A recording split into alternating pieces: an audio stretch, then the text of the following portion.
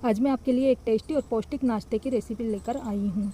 इसे बनाने में केवल 5 मिनट लगते हैं। यह बिना तेल के बनता है, जो इसे हेल्दी बनाता है। ये प्रोटीन और फाइबर से भरपूर होता है। ये वजन कम करने वालों के लिए भी एकदम सही है। ये बहुत टेस्टी होता है। तो देर किस बात की, अभी इस वीडियो में देखें और सीखें कैसे बनाएं ये मज़ेदार नाश्ता। इस वीडियो में मैं आपको दिखाऊंगी चने और मूंग दाल से बिना तेल में तले बहुत ही टेस्टी और मज़ेदार पकौड़ी की रेसिपी। मुझे उम्मीद है कि आपको ये वीडियो पसंद आएगा। अगर आपको ये वीडियो पसंद आया तो प्लीज़ इसे लाइक करें, शेयर करें और मेरे चैनल को सब्सक्राइब करें। तो चलें शुरू करते हैं। सबसे पहले 3/4 या पौना कटोरी चना दाल और इतनी ही मूंग की दाल लेकर के साफ़ कर लें। 3 बार साफ पानी से धोएं और ओवरनाइट के लिए दोनों दाल को भिगा कर रख दें। दोनों दाल मेजरमेंट्स में बराबर होनी चाहिए। सुबह इसे एक बार फिर साफ पानी से वॉश करें और इसका पूरा पानी निथार लें। अब ये सारा प्रोसीजर मैं कर चुकी हूँ। दालों को मैंने अच्छी तरह से निथार लिया है। इन दालों को हम एक मिक्सी के जार में डाल करके और हल्का दरदरा पीसेंगे। साथ में थोड़ा सा हींग डाल देंगे। दोनों दालों को हम अलग अलग पीसेंगे जिससे बढ़िया से पीसेगी, क्योंकि दाल ज़्यादा है ना।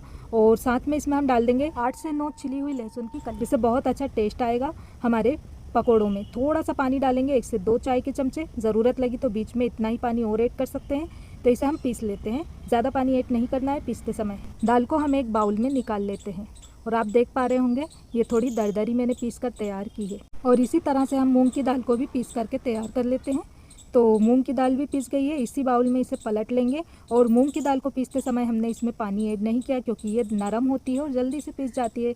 चने की दाल जो होती है थोड़ी सी कड़ी होती है, तो इसमें पानी डालने की ज़रूरत पड़ती है। और साथ ही मूंग की दाल को मैंने सादा पीसा है। इसमें कोई मसाले, हींग वगैरह कुछ भी नहीं डाला है। हम डालेंगे आधा चाय का चमचा जीरा, नमक स्वाद अनुसार, 2 पिंच के करीब हल्दी पाउडर डालेंगे। इससे अच्छा कलर आ जाएगा हमारे पकौड़ों का। अच्छा, यहाँ पर मैं ले रही हूँ बारीक कटा हुआ हरा धनिया और एक प्याज बारीक बारीक ऐसे चॉप करके डाल दें। साथ में बारीक कटा हुआ हरा धनिया डाल दें और 7 से 8 हरी मिर्च बारीक बारीक चॉप करके डाल दें। सभी चीज़ों को हम अच्छे से मिक्स कर लेंगे। देखिए चम्मच से चीज़ों को मैंने अच्छी तरह से मिक्स कर दिया है। अब आगे क्या करना है वो आपको बताती हूँ। ये देखिए इस पेस्ट की जो कंसिस्टेंसी है आप देख लें। हम इसे डाल रहे हैं ना, ये रुक रुक कर गिर रहा है। इतनी होनी चाहिए, बहुत ज़्यादा पतला नहीं होना चाहिए। साइड में रख देंगे इसको।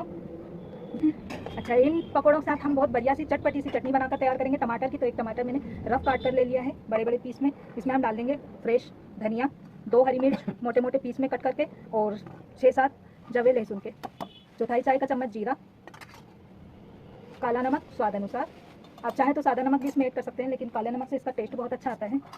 इस चटनी को हम पीस लेते हैं और इस चटनी को हम एक छोटी कटोरी में पलट लेंगे। अब ये पकोड़े बनाने के लिए हम आगे की तैयारी कर लेते हैं। उसके लिए एक पतीली में 2 गिलास पानी डाल करके इसे खोलने के लिए रख दीजिए। देखिए मैंने पहले से इसे उबलने के लिए रख दिया था। पानी में अच्छा उबाला आ गया है। अब गेहूँ छानने वाली छन्नी में तेल लगा लें और चिकना कर लें और इस छन्नी को हम इस उबलते हुए पानी की पतीली के ऊपर रख देंगे। इसमें हम मिलाएंगे खाने का मीठा सोडा, 2 पिंच के करीब। अच्छे से जब बनाना है हमें उसी वक्त सोडा डाल करके मिलाइएगा, पहले से इसमें सोडा डालकर नहीं मिलाइएगा। सोडा डालकर इसे हम अच्छे से मिला लेंगे, जिससे ये बहुत अच्छी फूली फूली बनेगी। सोडा जो है इसे फुलाने का काम करेगा।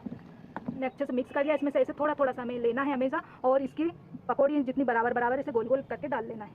ये देखें इस तरह से। और इस वक्त आप मेरी वीडियो जिस भी लोकेशन से, जिस स्टेट से देख रहे हैं, आप मुझे कमेंट करके ज़रूर बताइएगा। मुझे बहुत अच्छा लगता है कमेंट के ज़रिए आपसे बातें करना, आपकी राय जानना और आपके लिए बढ़िया से बढ़िया और नई रेसिपीज़ तैयार कर। तो इन पकौड़ियों को हमें चलनी के ऊपर थोड़ी थोड़ी दूरी पर डालना है, जिससे जब फूलेंगी ना आपस में चिपकेंगी भी नहीं और बढ़िया से इनमें भाप भी लगेगी। बढ़िया सी भाप लगेगी तो अच्छे अंदर तक पककर तैयार होगी। इस वक्त मैंने आज थोड़ा धीमा कर दिया है, क्योंकि पानी जो है बहुत तेज़ उबलने लगा था और इस तरह से पकौड़ी डालने में हाथ पे आँच लगती है। तो धीमी आँच करके पकौड़ी डाल दें और पकौड़ी डालने के बाद इसे कवर कर दें और आँच को फिर से तेज़ कर दें। और तेज़ आँच में से हम 5 मिनट तक भाप में पकाएंगे।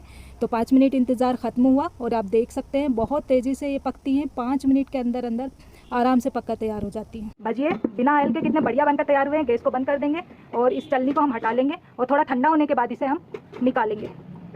इस तरह से इसे निकाल लें। हाँ, ये थोड़ी सी ठंडी हो जाए तो फिर चम्मच से इसे हम थोड़े से ऐसे करते हुए निकाल लेंगे। बहुत आराम से निकल जाती है। देखिए इसे निकालेंगे हम और एक प्लेट में रखते जाएंगे।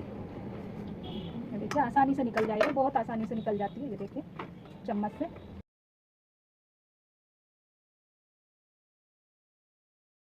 हो जाता है तो ये अपने आप निकल जाता है, क्योंकि इसमें हमने तेल लगाया हुआ है। देखिए बहुत ही आसानी से निकल जाते हैं। इसमें तेल लगा है। ये देखिए। हाँ, और एक भजिया मैं आपको तोड़कर दिखाती हूँ। अंदर तक भी पका हुआ है, अंदर तक जाल पड़ा है, बहुत ही सॉफ्ट और बहुत ही टेस्टी बनता है, खाने में बहुत लजीज लगता है बिना ऑयल के ये भजिया। आंच पर इसे चलनी में डाल लेंगे और फिर फुल आंच पर इसे 5 मिनट के लिए हमें पकाना है। तो दूसरा बैच भी हम फटाफट से इसे निकाल लेते हैं। देखिए थोड़ी थोड़ी दूर पर डालेंगे, खूब आराम से बन जाती है, बहुत ही टेस्टी और मज़ेदार लगती है ये। आप इसे शाम के चाय पर इवनिंग स्नैक के रूप में खा सकते हैं। हल्के फुल्के डिनर में भी इसकी सब्जी बना करके आप खा सकते हैं। बहुत ही टेस्टी और हेल्दी होती है बिना ऑयल की। और इसे कवर करेंगे, फुल फ्लेम कर देंगे और फुल फ्लेम पर हम 5 मिनट इसे पकाएंगे बस। ये देखिए बिना ऑयल के जो भजिए हैं बहुत ही टेस्टी और बहुत ही मज़ेदार बनते हैं और खाने में बहुत लजीज लगते हैं। आप इसे किसी भी तरह की चटनी वगैरह के साथ खाएंगे ना। इन भजियों की सब्ज़ी भी बहुत टेस्टी बनती है। अभी टाइम बहुत ज़्यादा हो जाएगा, इस वजह से मैंने इसकी सब्ज़ी नहीं बनाई है। आप मुझे कमेंट करके कहेंगे तो मैं इसकी सब्ज़ी भी जल्द ही आपको देने वाली हूँ। और वीडियो अच्छी लगी हो तो प्लीज़ वीडियो को लाइक शेयर और सब्सक्राइब करना नहीं भूलिएगा। इसी तरह की मज़ेदार रेसिपी आपके लिए लाती रहूँगी। तब तक के लिए अलविदा।